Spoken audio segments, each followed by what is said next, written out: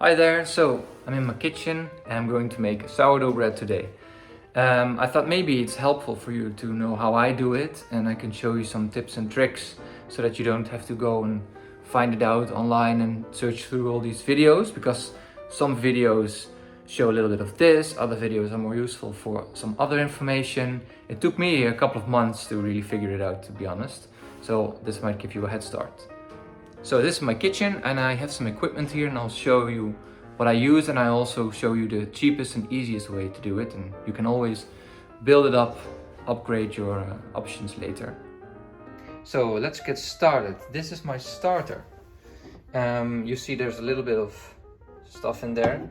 It's hard to do with one hand, but there is a lid on. You never keep the lid tight, always keep it a little bit ajar. So just close it lightly, because it needs to breathe, you could say. It needs oxygen to go in and carbon dioxide to go out. If you close it too fast, then it might explode because there is too much buildup of carbon dioxide. It smells very sour. If you would smell it now, you think, ugh, this is not, how is this going to make a nice fluffy bread? But that's all part of it. And I'm going to show you in a minute how I get my starter started for building a bread. So what you need is at least a scale to measure weight. That's really mandatory. You need a starter. You need all-purpose flour to fill your starter. Later on, of course, also bread flour, etc. You need some kind of bowl to mix it in, and you need some kind of object to proof it in, and you can use these fancy Bennetons. Some are you can buy them online in all kinds of shapes and prices, some just for a few euros, sometimes for 20 euros. It's really weird how big the differences can be, and they're all actually the same, made of wicker. And this one doesn't have a liner. Normally there's a piece of cloth in it. A liner, I would recommend you, if you want to buy one, to buy it with a liner, but I lent mine out to some friends to try it out, so I only have this one left without a liner. You can also do it without. But if you don't have this, you can proof it in any other bowl like this, or a plastic bowl, a metal bowl. It doesn't really matter that much. And then you combine it with a piece of cloth. You just put it in like that, and then you dust it with some flour. Rice flour is most handy for not letting it stick. Then you can proof it in there, and then once you go baking, you pour it out into another vessel. And for that, well, the most common thing used by sourdough bakers is a Dutch oven. So we are in the Netherlands, so of course I need to have a Dutch oven. I didn't even know this was called a Dutch oven, to be honest, before I started sourdough making. It's made of metal, cast iron, and you can put it in the oven, make it very hot, and your loaf needs to get very hot in the oven.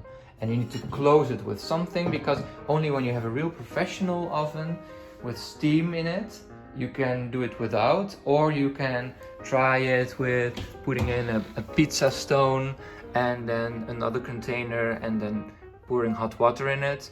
Or as I showed you before, you can do it without a pizza stone. You can just use these ones. That's it, the simplest way. But you, at some point, you might want to upgrade. And then I think hey, there's a piece of potato stuck in my oven.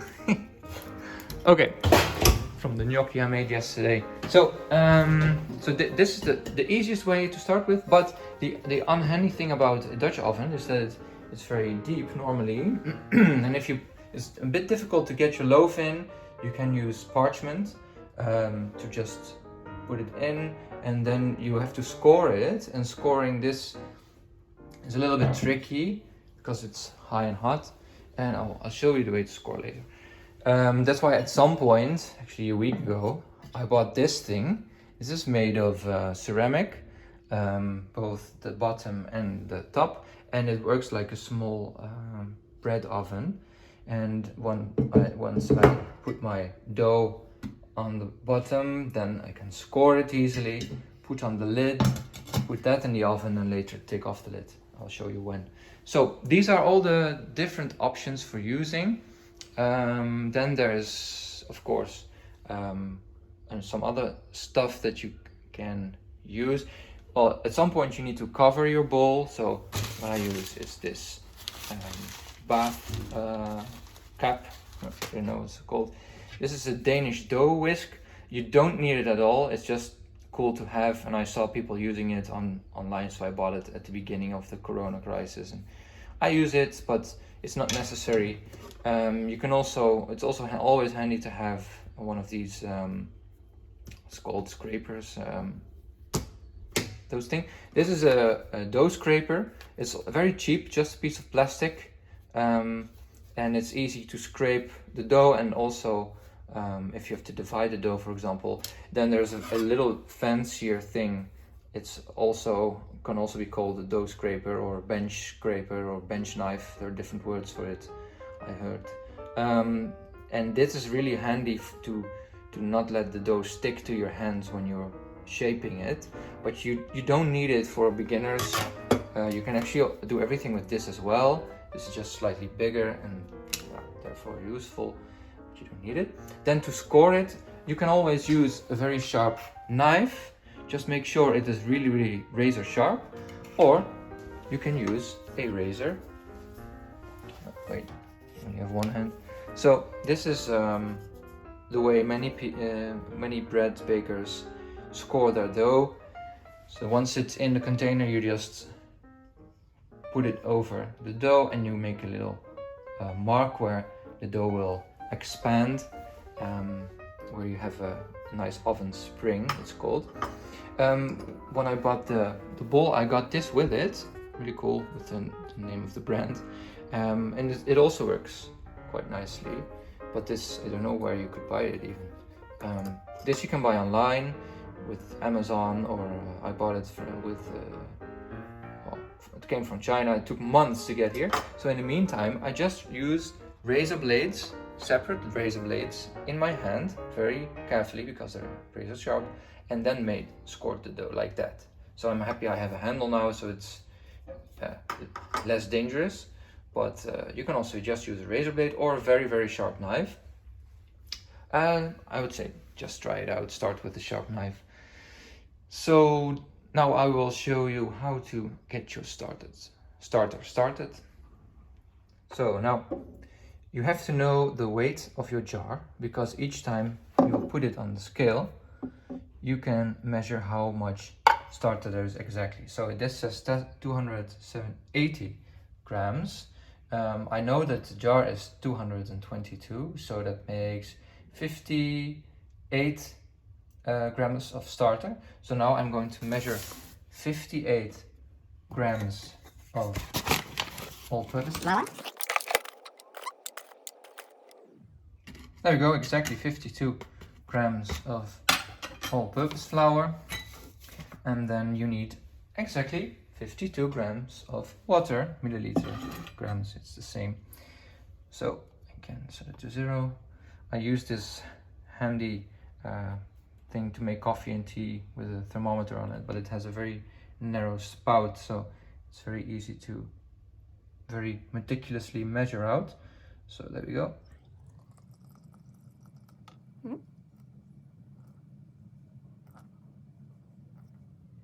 52. And then you take a fork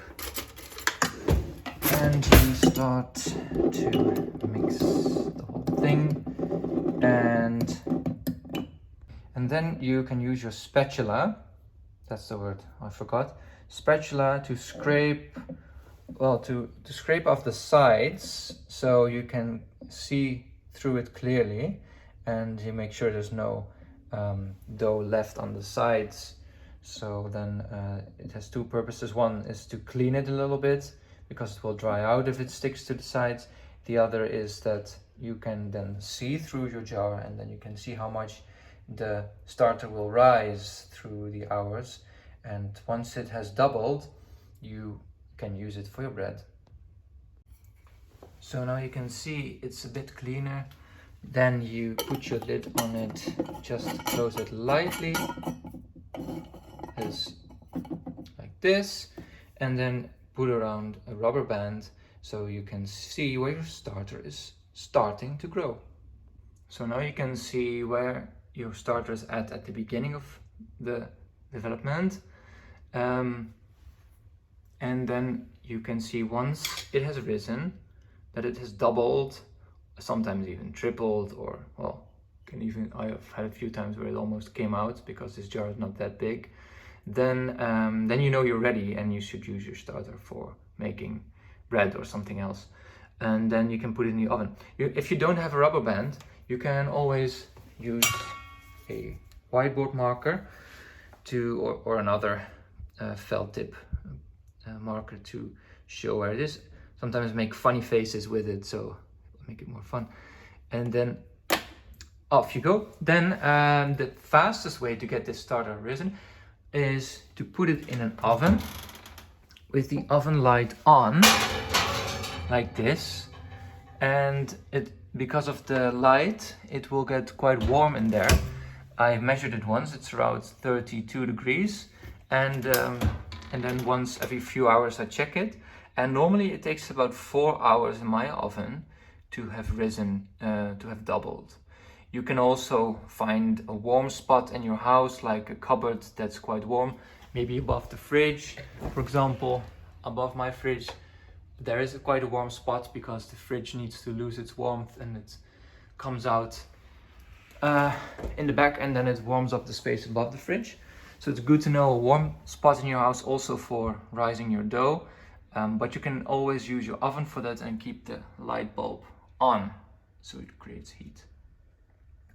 And if it gets too warm in there, because I don't know how strong your light bulb is, you can also keep the oven a little bit ajar, that heat can go out a little bit. So keep checking it for the next few hours, and then I bet that after around 4 hours this will be ready. Okay, so time for step 2. Let's take a look in the oven. This is now going on for 4 hours already, I think. Yeah. So that means that it's actually getting there. It has doubled in size, in volume, and you can see that with the rubber band. That's why you use it. And I also put up a thermometer, and it was 32 degrees Celsius in there, just to know how much it is, and that's kind of a maximum you want to have, not more than that. And now I'm going to show you what to do with the bread flour, because we're going to start an autolyse, step number 2. So what we need is our flour and water. I put the water in this container again, as you can see. And let's see what we have. I have some Amerikaans patent. This is just white bread flour, and make sure it's real bread flour. You can also use all-purpose flour, but it will give a different result, less airy, and you also need to lower your hydration. But with this one you can have a higher hydration. This is better for bread. I have some whole grain and some spelt flour. Okay, let's see. I'm going to use a Benetton which can contain 500 grams flour. Here we go. This is the spelt flour, whole grain. 40 grams is what I have left, so that's all I'm going to use. 42, oh, still 44 even. Is it true? Okay, then I will also add some whole grain. I always aim for about maybe 1/4 or 1/5 of the total amount, so I'll go for 100 grams of whole grain flour. And the more whole grain you use, the more water you should also use, and also the less fluffy your bread will be, the less air in it, which gives denser bread, but of course healthier. So this one has more white flour, but I feel like sourdough bread is actually healthy on itself, and there is whole grain in it, so it's good anyway. So almost there, just a bit more. Here we go, 500 exactly. So this is just the flour. Then we will add 375 milliliters of water, which is 75%. So I will go for 75% hydration. I would recommend you, when you do this the first time, to just go very low and go for 70%. You can even go lower, but then you will have a different consistency and you'll have to knead it in a different way. So go for 70% and then see how it works. And then over time, gradually, you can add more water to it until a maximum of 80% hydration. So the percentages is you take the amount of flour and then the amount of water is the percentage based on that. So 75% of 500 grams of flour is 375 milliliters of water. Milliliters is the same as grams, as you know. That's the nice thing about the metric system. Thanks to Napoleon.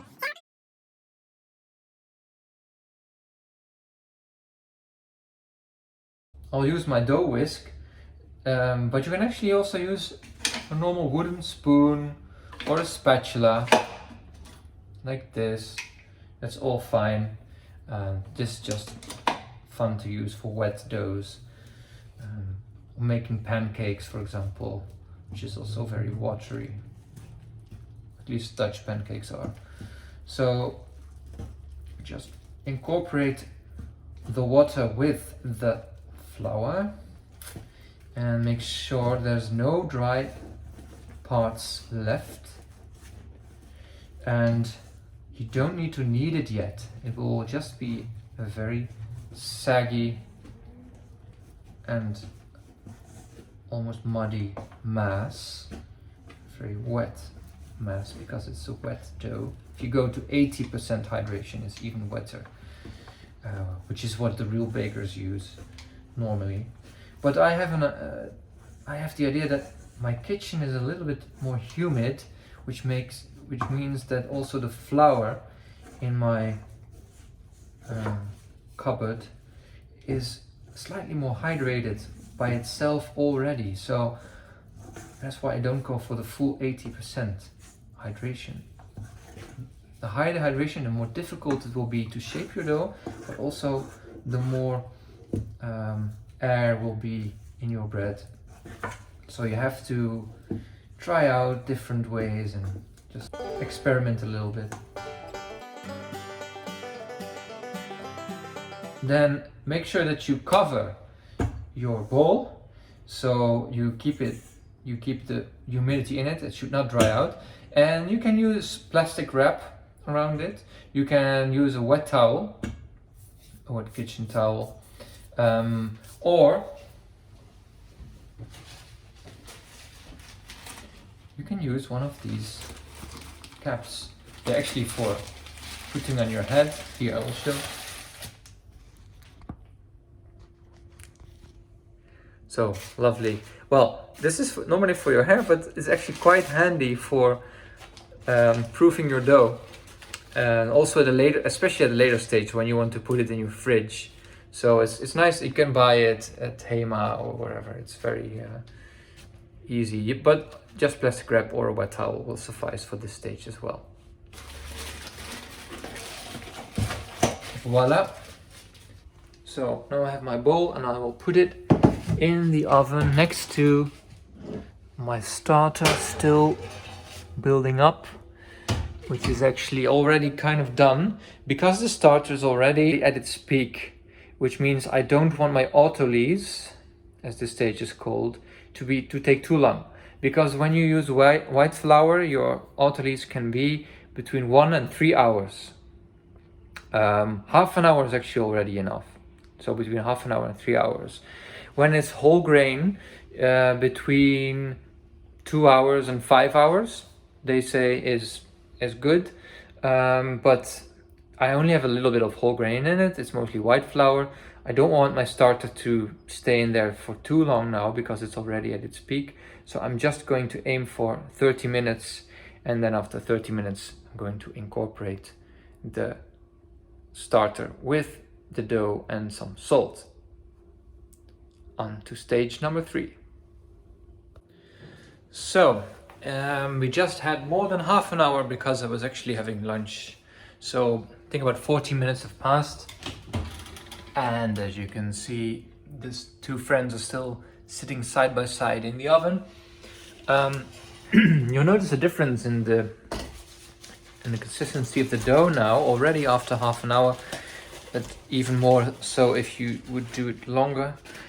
It looks little bit more like a little bit more coherent mass.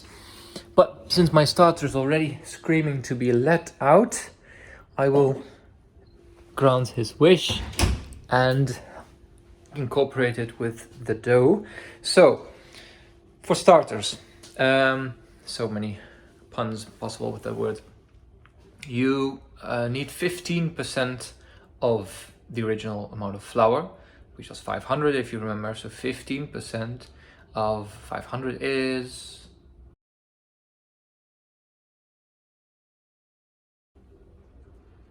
I can't think under pressure. Well, it's 75% of 500, and yeah, that's what we're going to add. So turn on your scale again, and then check carefully while adding. So this is a starter based on all-purpose flour and water in equal amounts, which gives it this a little bit, yeah, soft, wet, slimy texture, which is ideal to just pour it out. And if you have leftover of your starter, you can give it away to a friend who can also start up making sourdough bread. But you can also make nice things out of it, like pancakes. You can even just fry the dough itself. Just have a hot pan on the stove, just throw it in some hot oil, and it will taste lovely. It will taste like fried dough, and you can add maybe some za'atar or some other things to it to give it a little bit of flavor. So that's all possible. So well, I have to turn it on again now because I was talking too long. So 0, let's go for 75.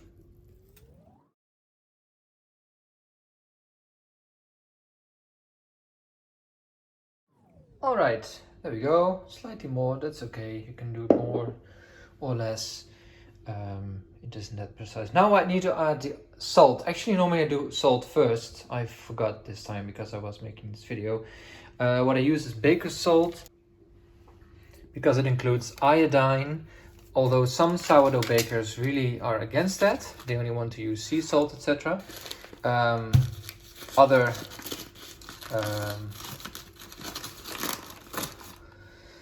Other people say that you should actually have more. We should have more iodine in our diet because we are deficient in that because of the way we grow food these days. So bakers actually always add it to their breads so that we can have more iodine in our food. And yeah, it doesn't really make a difference for the bread. So you can either use sea salt or whatever kind of salt, Himalaya salt, or just regular salt, or this one. For the salt, it's 2% of the starting amount. So 2% of 500 is 10 grams. This time I'm quick enough. So 10 grams of salt. I have this little scale over here that can make more precise measures. Well, you don't need that, of course, but it's just a handy tool. I use it for other purposes as well.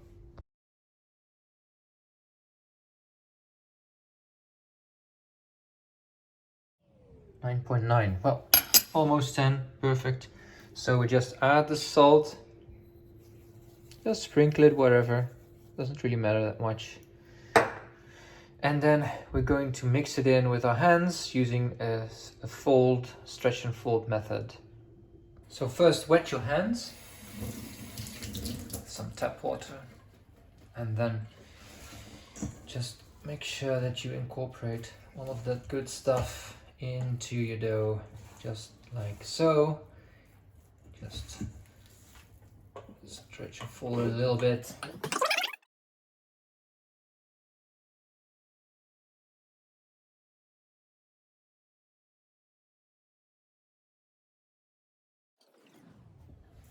As long as most of it is in. So cover it up.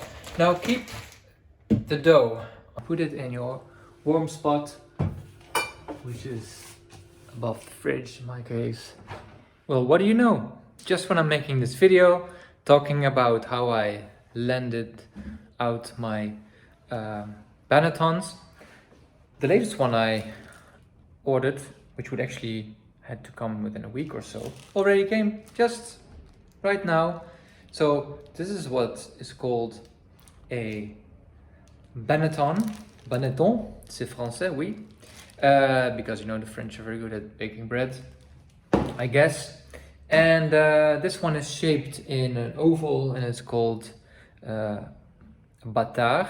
And when it's round, it's called a boule, which means bowl in French. So it has a liner. Hey! Hi. Hey, Liefje.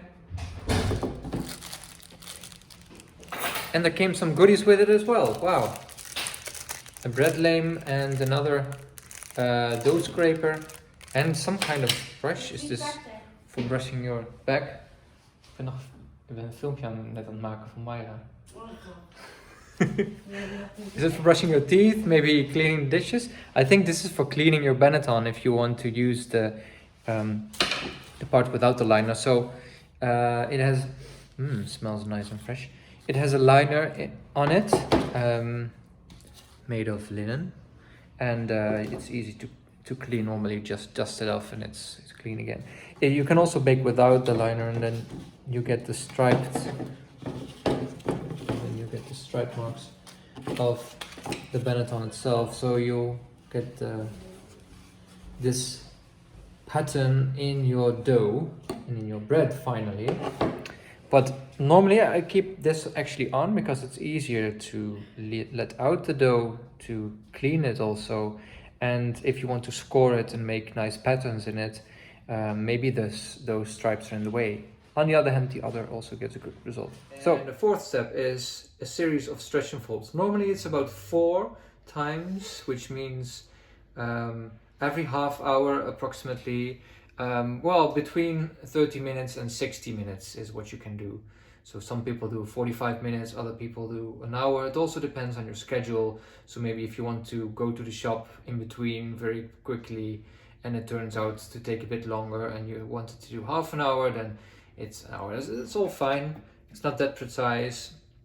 As long as the whole bulk rise, so this is part of rising your dough, leavening your dough gradually with stretch and folds in between, as long as that whole process is around 4.5 hours, then you're done with the first part of the process, which you can do on one day, and then the next part is leaving the dough to rise overnight in the fridge. Normally that's what people do, but we'll get to that later. So wet your hands again and then start stretching and folding the dough like so.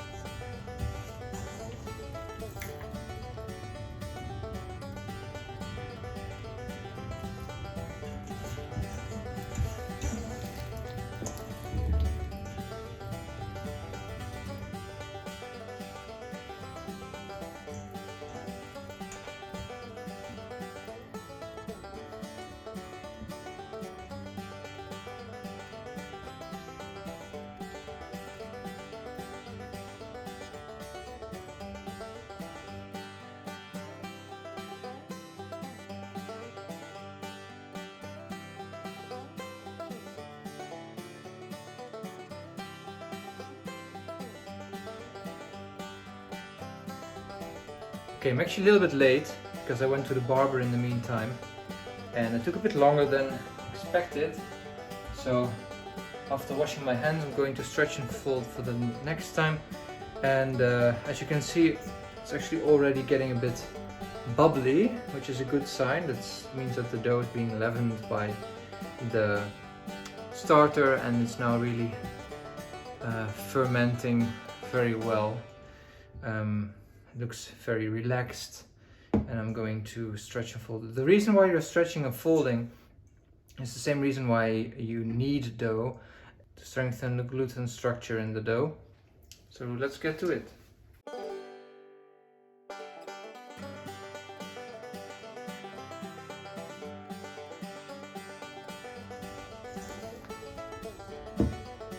Do a little window pane test. Yeah, it's fine. So window pane test, and you stretch the dough and you see if it is strong enough, if it doesn't break while stretching it, and if you make it very thin, if you can see through it, then you know it is strong enough, and then you can go for the bulk rise. But I would recommend you to always at least have 4 stretches and folds, perhaps a 5th time, and then, well, we can just leave it actually continuing the bulk rise, because it has already started as soon as you incorporate all the ingredients. So for the next roughly 2 hours, I will leave it in the warm spot, and then afterwards we will go to the next step, which is pre-shaping the dough. So, the dough has been proofing, bulk rising, for about 4.5 hours now. Yeah, it looks really very wobbly, you see. If you want to be sure that it's ready, you do a poke test. You make your finger wet with water, and then you poke in the dough. Come, take a look. Look. And if it springs back immediately, that means that it's not ready yet. If you make a hole and it stays there, it's actually been proofing a bit too long. And I think it has been a bit too long now. But anyway, we're gonna take it out now. We don't have to proof it any longer. So first you dust your work surface with a little bit of flour. You can use any flour you want. You can also use the rice flour for this because it makes it less sticky, but I can use normal wheat flour. So I use this fancy thingy to make sure it's spread out easily. You can just throw it on with your hands, you don't need all that stuff, but it's just fun. Okay, so not too much, because you don't want to incorporate too much other flour in the dough. The wetter it is, the more you need, and also if you're a beginner, then maybe you need a bit more. So then you take your dough scraper, and then you take out the dough like this. Let's see, it's all very nice, almost pudding like mass, like a bit like jelly, or like a big water balloon it's sometimes compared with. And then this is where this bench knife becomes very handy, because you can spread out the dough a little bit. This is your, see this like your non-sticking hand, because the dough is very sticky, so you need to dust your hands a little bit too with flour, and then you're going to pre-shape the dough. So in this stage, do like this. You just fold it over. There are many ways to do it. I just do it like this, a little bit like that, and you don't want too much flour because it will not stick together if it's too flour. Actually, this is a bit too floury already. But anyway, then you just roll it a bit like this and make sure that it becomes done. Now the next step is, well, you just shape it in the shape that you want the dough to be. Some people already start shaping the dough very tightly to get surface tension. So I'll show you a little bit how that goes. You just use your bench knife or bench scraper en je just... Is dat niet slecht voor dat ding daar hier op dit ding? Nou. Echt wel. zie allemaal krasjes. Oh, too bad. I just use it. Ja. Right. Okay, this is roughly the shape that I wanted to do. So now you give it another rest until you will final shape the dough. This is just a pre-shaping. So you cover it with something. I always see everyone covering it with plastic or towels, but I just use my bowl, it's much easier. Just cover it and leave it for about 20 minutes and then on to the next stage. So take a peek. There we see the dough is quite relaxed and ready to be shaped. Alright, so again, your bench knife or bench scraper or dough scraper comes in handy here. I'm gonna use this one. Dust your hands a little bit, also a little bit the surface of the dough. This is going to be the top of your bread at the end, so you have to keep imagining that this part is the top, below is the bottom. Keep it like that. So first I'll make it a bit loose. Just flip it, and then I'm going to do the same thing as before. I'm going to shape it, so make this zigzag pattern. What you do is you increase the surface tension, which you need for a good rise and also a good oven spring in the end.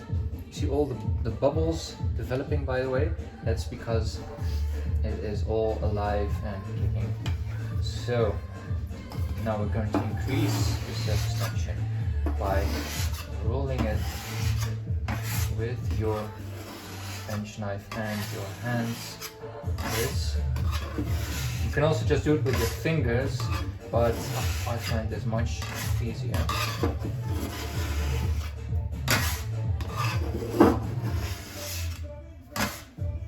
Okay, you see the tension is really there. Okay, this is roughly the shape of the proofing basket, the Benetton. So now you can just flip it and put it in, but first you need to dust it with rice flour. So, or just any flour, it's fine, but rice flour is very handy. And since this is a new Benetton, as you saw, I just got it from Amazon, I have to dust it quite a lot because the liner still needs to get adapted to the dough. You can use it again and again and again, and over time the liner actually becomes very well seasoned almost. Okay, it's fine. So what I'm going to do next is I'm going to add some sesame seeds just for extra topping, because it's very tasty. I got this from another YouTube video. Actually everything is from the YouTube video. So again, I have to dust my hands a little bit, make sure that, oops. Okay, there we go. Just roll it a little bit in the sesame seed. Oopsie daisy.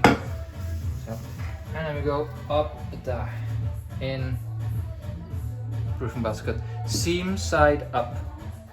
And just to make sure that the tension stays there, you can give it another turn of creating that surface tension by stitching the dough together like this.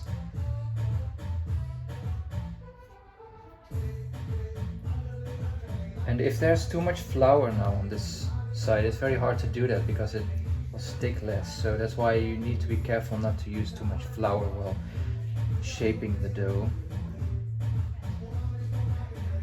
Right. Well, just a little bit more. It's tearing a little bit there, so I'm going to stop now. And if you want, you can just sprinkle a bit more of the sesame seed. You can also use other seeds. I use sunflower seeds or pumpkin seeds or poppy seeds, also very tasty. And Voila. Now we only have to cover it with plastic. You can also cover it in a big Ziploc bag, just a plastic bag, tighten it. I will use my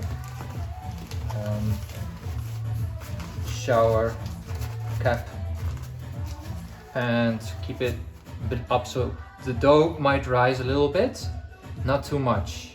So it's okay if the whole basket is filled with dough, because it's not going to rise like you would normally expect when kneading bread. It will only rise a little bit, and then at the end in the oven it will get this huge oven spring, which you will see tomorrow morning, because that's when we will be taking out the bread and baking it. So you can leave it in the fridge. So I just put it in the fridge over there, and it will stay there for till tomorrow morning. And you can leave it there between, well, normally you would do that between 12 to 20, even 24 hours. Not longer than that, not a whole, longer than a whole day is going to be too long. Because of the cold temperature in the fridge, it will slowly proof again, and it will develop this nice sourdough taste. You can also proof it outside of your fridge, just on your kitchen table or in a warm spot, and then it has to proof for another 2 to 4 hours. Just check the dough regularly, and then you can bake it on the same day. Okay, so we're going to bake it tomorrow. See you in the next stage.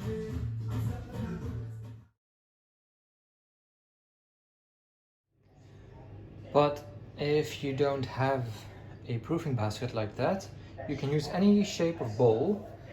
Get a tea towel, put the tea towel in it, like that, and then dust it with your flour, and then put in the dough in here, cover it with plastic, put it in the fridge, and let it rise overnight the same way.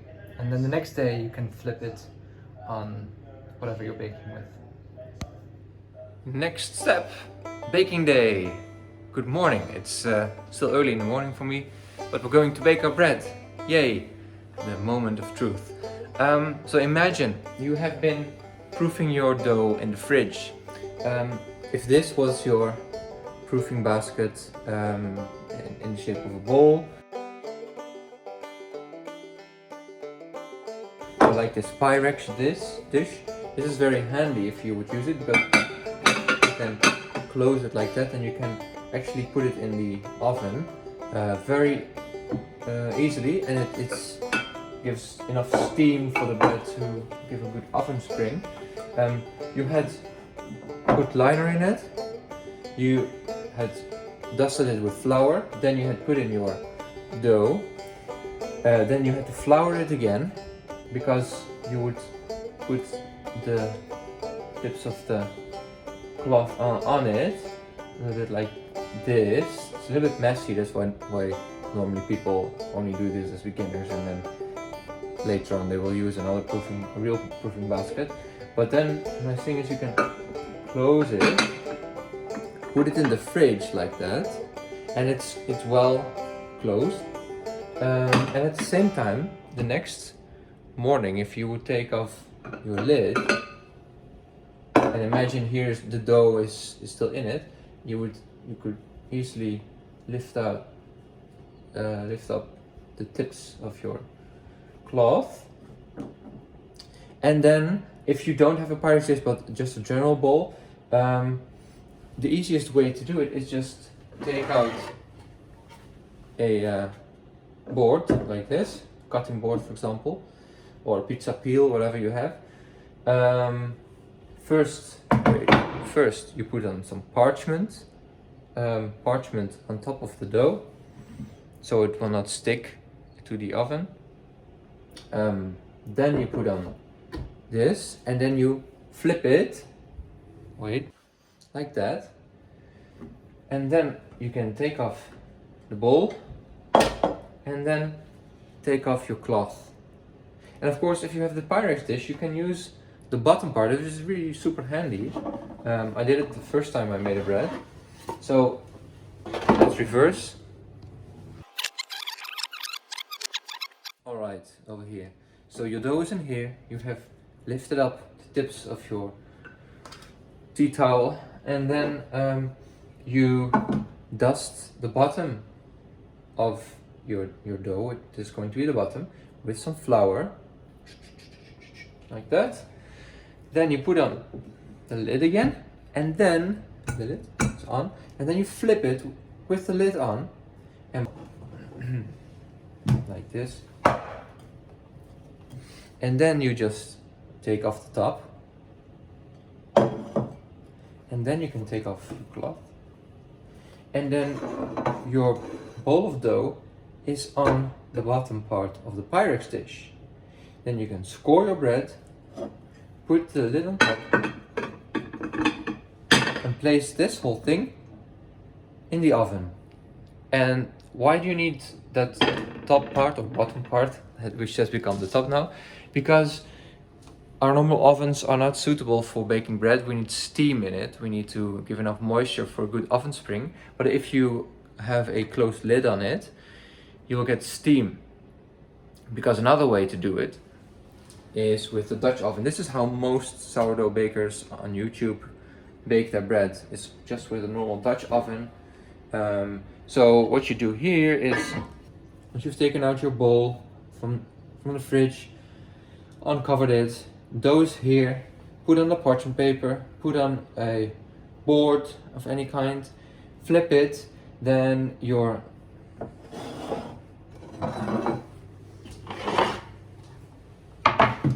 dough is sitting here on the board.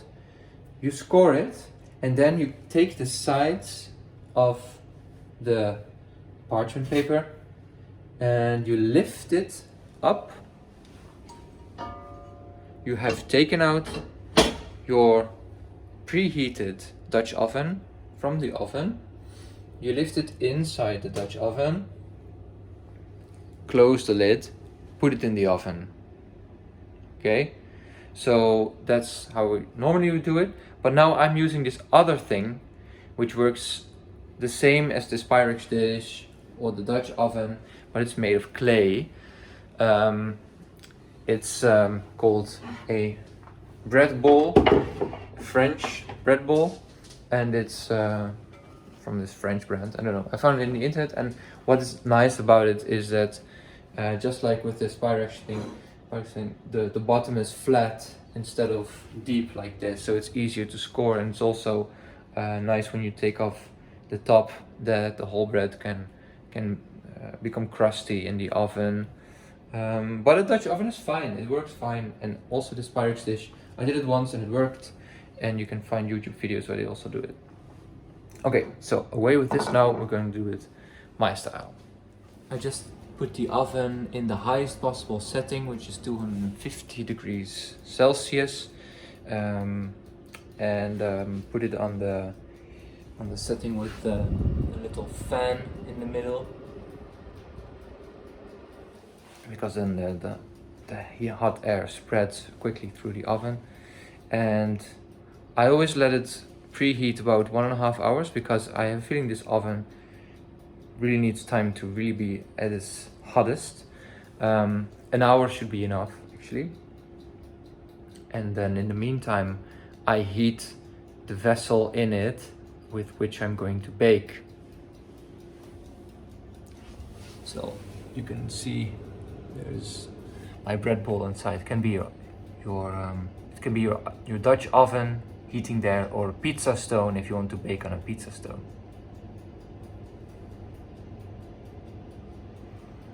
And then in 1.5 hours, I will take out the dough and I'll put it on the surface on which I'm going to bake. I'll show you. So if you don't have a pizza stone or a Dutch oven, then you can just use the oven trays and slide your bread on top of the hot oven tray after the oven has been heated for an hour or so, together with the parchment underneath, so it doesn't stick. So with parchment and all, you just shove it in. And then to get a nice oven spring, you need some steam, because you don't have a way to cover the bread. That means that you have to put some container at the bottom of your oven and then pour in boiling water from kettle. And then when the steam evaporates in the oven, you quickly close it, so you let the steam sit inside. And then after about 20 minutes or so, you crack open the door of the oven, just for a few minutes to leave out the steam, and then you close it again. But that's a bit tricky because you need a good container that doesn't explode when you pour in hot water in the hot oven. So I don't know if you can use Pyrex or probably some ceramics. Probably you can, and what many people actually do is a cast iron tray. Just try it out. Something that's sturdy, that doesn't crack.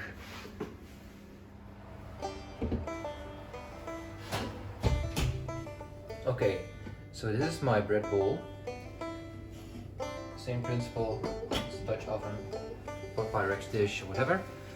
Now I have to not lose too much time because I want this to stay hot, and it sounds like it's hot.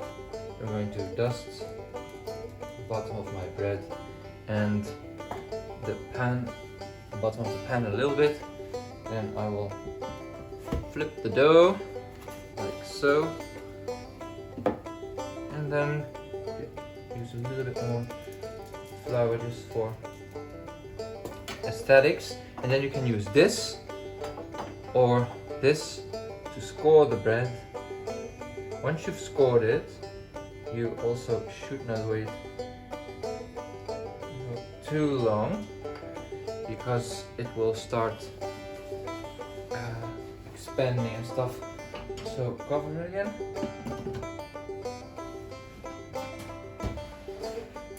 Put it in your oven.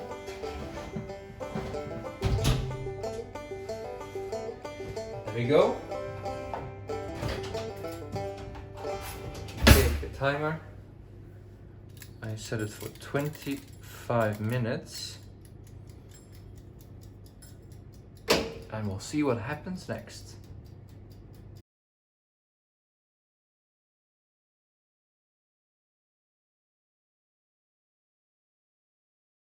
So this is called a lamb or lame, I don't know how you pronounce it. I heard someone say lamb. It's just a razor blade on a stick. You can also, first I actually just used separate razor blades and scored it, but then you have to be careful with your hands. So nice thing about the stick is you can use it almost like a pen.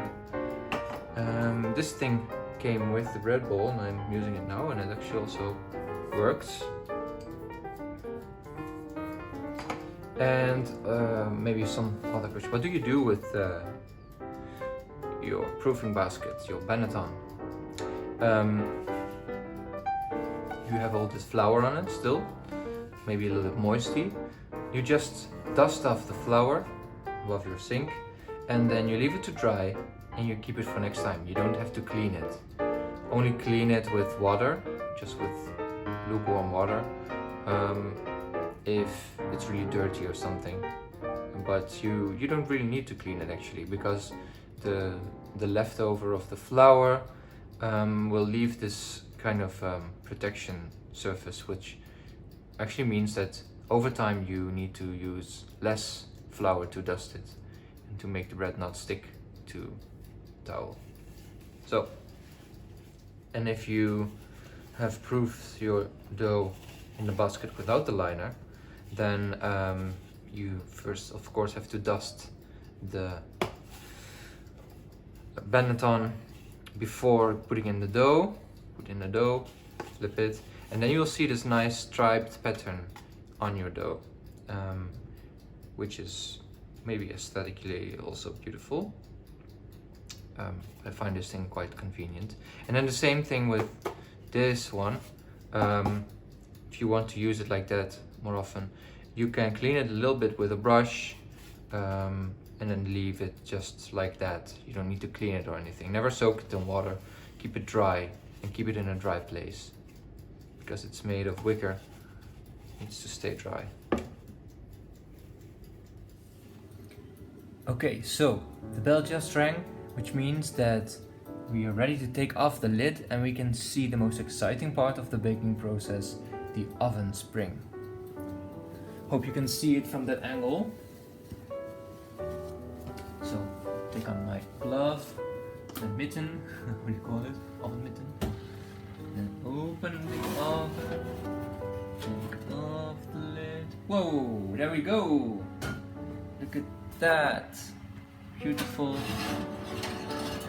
nice crust with an ear that developed. This is called an ear.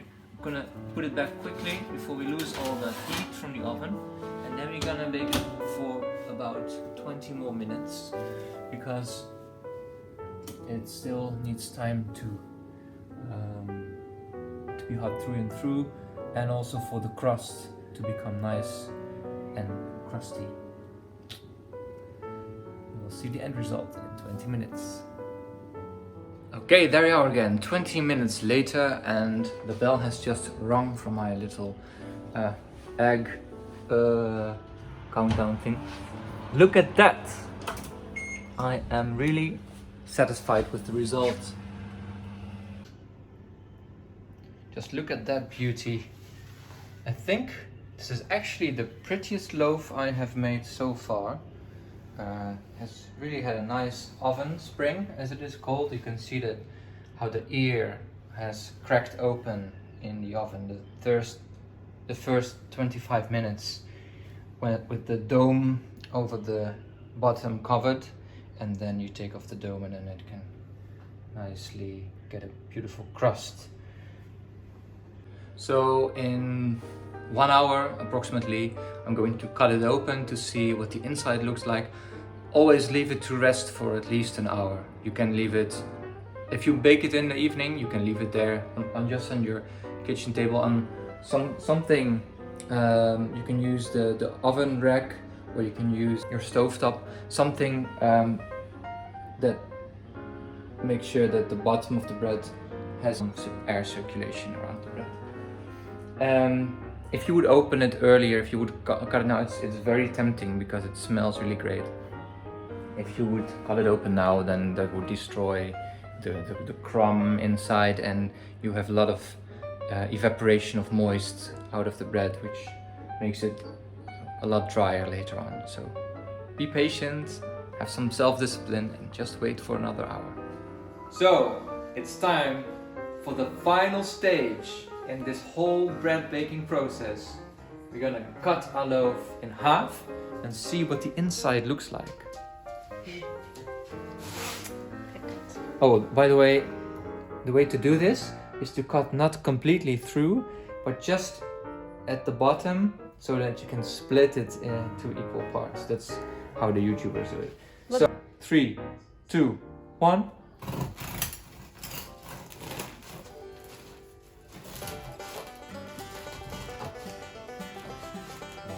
Feels nice and fluffy. Okay. Are you ready?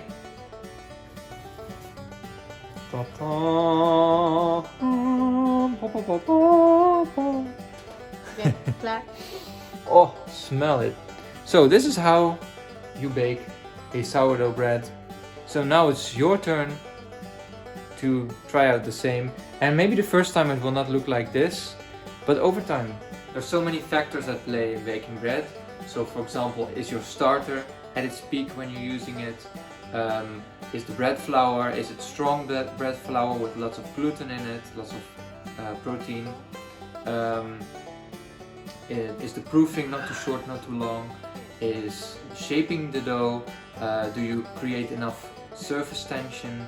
And finally, if the oven is hot enough when you put the bread in. All these factors play a role.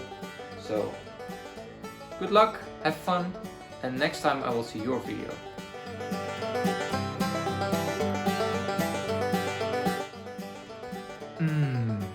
So good.